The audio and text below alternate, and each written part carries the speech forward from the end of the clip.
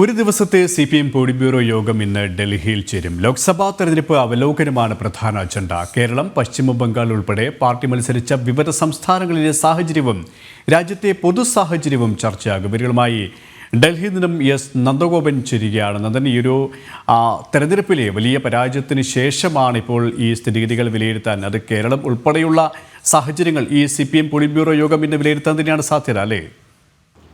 തീർച്ചയായിട്ടും രാജ്യത്ത് എങ്ങനെ തങ്ങൾക്ക് തിരിച്ചടി നേരിട്ടു, എങ്ങനെ തെരഞ്ഞെടുപ്പിൽ തോറ്റു എന്നത് വിലയിരുത്താൻ വേണ്ടിയാണ് ഒരു ദിവസം പോളിറ്റ് ബ്യൂറോ ചേരുന്നത്. മുഖ്യമന്ത്രി പിണറായി വിജയൻ അടക്കമുള്ള നേതാക്കൾ ഇതിനായിട്ട് ഡൽഹിയിൽ എത്തിയിട്ടുണ്ട്.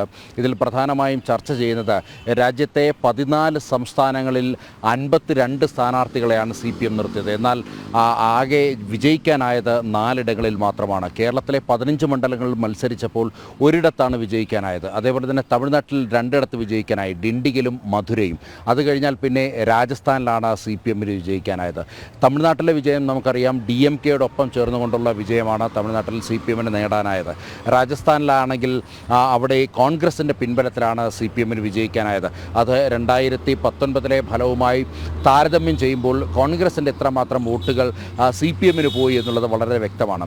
അങ്ങനെ രാജസ്ഥാനിലെ മണ്ഡലത്തിലെ അവിടെ CPM സ്ഥാനാർത്ഥിക്ക് ജയിക്കാനായതും കോൺഗ്രസിൻ്റെ പിൻബലത്തിലാണ്. അങ്ങനെ 52 ഇടങ്ങളിൽ മത്സരിച്ച CPM എങ്ങനെ 4 ഇടങ്ങളിലേക്ക് ചുരുങ്ങി എന്നത് കണ്ടെത്താനാണ് ഒരു ദിവസം ഈ രാജ്യതലസ്ഥാനത്ത് പോളിറ്റ് ബ്യൂറോ ചേരുന്നത്. മാത്രമല്ല, പശ്ചിമ ബംഗാളിൽ 23 സ്ഥാനാർത്ഥികളെ മത്സരിപ്പിച്ചു.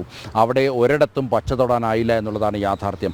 അതിനുവേണ്ടി അവിടെ പരമാവധി ന്യൂനപക്ഷങ്ങളെ കൂട്ടുപിടിക്കുവാൻ ശ്രമിച്ചു. അതേപോലെ തന്നെ പരമാവധി വർഗീയത ആളിക്കത്തിക്കാൻ ശ്രമിച്ചു, പരമാവധി സംഘർഷങ്ങൾ ഉണ്ടാക്കാൻ ശ്രമിച്ചു. എന്നാൽ അതൊന്നും തെരഞ്ഞെടുപ്പിൽ ഫലം കണ്ടില്ല എന്നുള്ളതാണ് ബംഗാളിലെ ഫലം വ്യക്തമാക്കുന്നത്. അതായത് 2011 അധികാരത്തിൽ നിന്നും പോയ ശേഷം അവിടെ ഒരു തരത്തിലുള്ള വേരോട്ടവും CPMനില്ല, ഒരു തരത്തിലുള്ള ചലനവും CPMന് ഉണ്ടാക്കാൻ കഴിഞ്ഞില്ല എന്നുള്ളതാണ്. പിന്നെ കേരളത്തിലാണ് ഏറ്റവും കൂടുതൽ മത്സരിച്ചത് 15 ഇടങ്ങളിൽ. അവിടെയും ആലത്തൂരിൽ ഒരു കനൽ മാത്രമായി അവശേഷിക്കുവാൻ, ഒരു തരി മാത്രമായി അവശേഷിക്കാനാണ് CPMന് ജനങ്ങൾ വിധിച്ചത്. സ്വാഭാവികമായും ഇത്തരം വലിയ പരാജയങ്ങൾ ചർച്ച ചെയ്യുവാൻ തന്നെയാണ് CPMൻ്റെ പോളിറ്റ് ബ്യൂറോ ഡൽഹിയിൽ ചേരുന്നത്. ഒരു ദിവസം മാത്രമാണ് പോളിറ്റ് ബ്യൂറോ ചേരുന്നത്. മാത്രമല്ല 28 മുതൽ 30 വരെ ഈ മാസം കേന്ദ്ര കമ്മിറ്റി യോഗം ചേരുന്നുണ്ട്. ആ കേന്ദ്ര കമ്മിറ്റി യോഗത്തിലേക്ക് ഈ തെരഞ്ഞെടുപ്പുമായി ബന്ധപ്പെട്ട് തയ്യാറാക്കേണ്ട റിപ്പോർട്ടുകളും ഇതുമായി ബന്ധപ്പെട്ട വിശദാംശങ്ങളും ഇന്നത്തെ യോഗത്തിൽ ചർച്ചയാകുമെന്നാണ് അറിയാൻ കഴിയുന്നത്. സുരേഷ്, ഏതായാലും ലോക്സഭാ തെരഞ്ഞെടുപ്പിലെ വലിയ പരാജയം, അതിന് ശേഷമുള്ള